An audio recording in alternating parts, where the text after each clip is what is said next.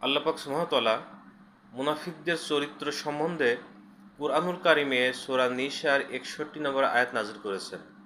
আল্লাহ তাআলা বলছেন, যখন তাদেরকে বলবেন, এসো আল্লাহ তাআলা যা নাযিল করেছেন তার দিকে এবং রাসূল সাল্লাল্লাহু আলাইহি ওয়াসাল্লাম যা ফয়সালা দিয়েছেন সেই দিকে এসো।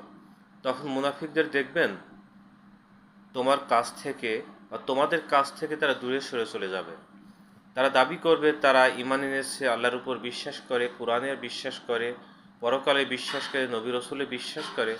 অথচ যখন তাদেরকে ডাকবেন কোরআনের দিকে এবং হাদিসের দিকে বা কোরআন হাদিসের ফয়সালার দিকে, তখন আপনাকে ছেড়ে বা এই কোরআন হাদিসের ফয়সালা ছেড়ে তারা মানুষের তৈরি করা বিধিবিধান নিয়ম নীতির দিকে তারা ঝুঁকবে, চলে যাবে। কোরআনের বিধিবিধানকে তারা মানবে না, রাসূল সাল্লাল্লাহু আলাইহি সাল্লামের ফয়সালাকেও তারা মানবে না। এটা হচ্ছে মুনাফিকের চরিত্র। আল্লাহ তাআলা কোরআনুল কারীমে স্পষ্টভাবে জানাই দিয়েছেন।